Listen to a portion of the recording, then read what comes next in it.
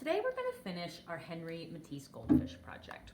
So the first thing that we're going to do is use some scissors and glue to cut out and glue on a few pieces to our cat background picture. So we're going to need to cut out our goldfish that we painted, and we're also going to use this green paper to cut out some beautiful leaves for our garden. So before you start cutting, I like to flip it over and draw some leaf shapes on the back. So we can do any kind of leaf shapes that we want.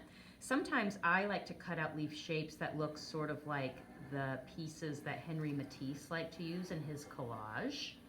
So almost kind of like these cool seaweed shapes. I think that's kind of fun since that's the artist that we learned about, to use some of his favorite shapes. Okay, or you can make up other leaf shapes. Sometimes I like to do these heart leaf shapes and then take out some chunks. I have a plant that looks like this at home.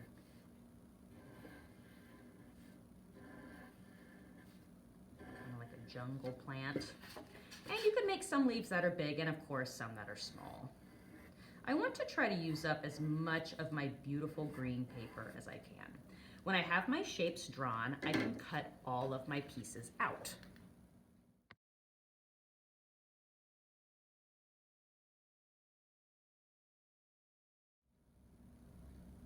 Some of these leaf shapes can be kind of tricky to cut out, so it's a good chance for us to show off our scissor skills. Now, when I cut out tricky shapes, I always keep my scissor hand pointed forward, and I use my helper hand to turn my paper as I'm cutting. That really helps me get some of these trickier shapes cut out nicely. If my scissor hand stays straight and my helper hand turns the paper. If you give that a try today, you will probably really like it for cutting out some of this tricky stuff. Once we have our shapes cut out, I like to lay them out on my painting before I start gluing. That way I can tell where things look the best, and I can kind of move stuff around if I want to. And don't be afraid to overlap. If you want to put some plants over the top of your fish tank, or maybe over the top of your cat a little bit, that actually is going to make it more realistic, like your cat is really sitting in that garden.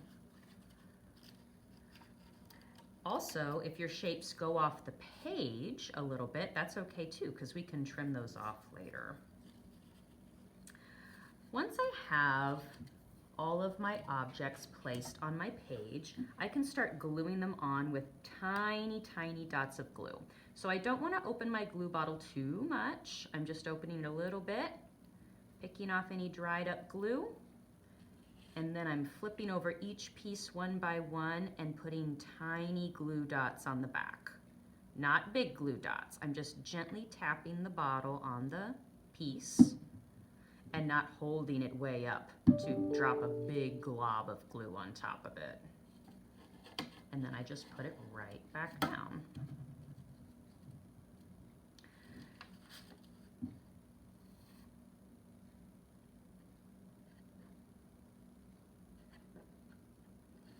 You might have to sort of hold your pieces in place for a minute, but make sure that you don't rub on them because that could smear some of the oil pastel that's on some of these pieces. And I'm just going to keep going until all of my leaves are glued on.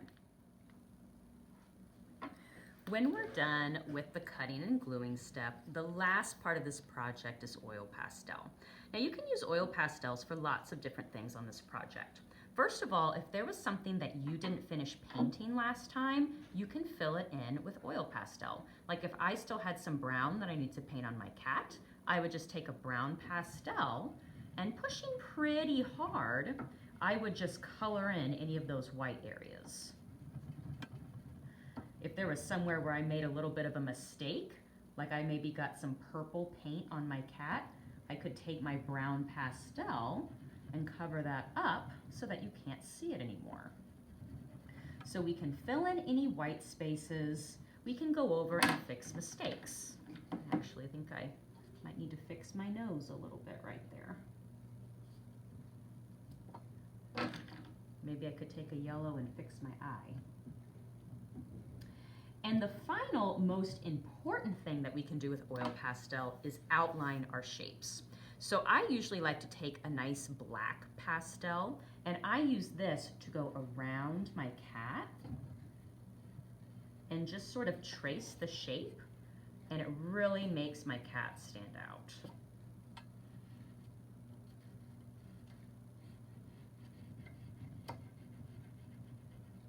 I can also color in the black part of my eye finally.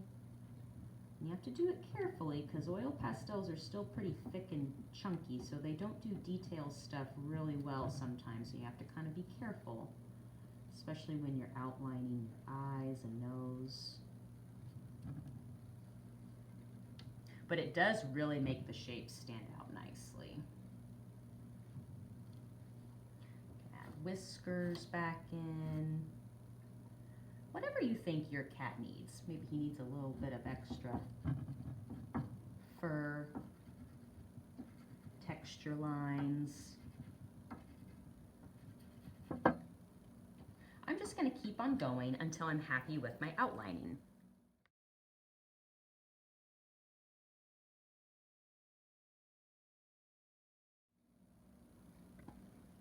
When you're done with your outlining, your project is complete. I also chose to outline my leaves and my fish tank and my table with the black pastel because I thought it looked really cool for this one. However, if you want to outline your objects with different colors, like using green on your leaves or orange on your table, that's okay too. The choice is up to you. When you feel like your project is the way you like it, then you are complete.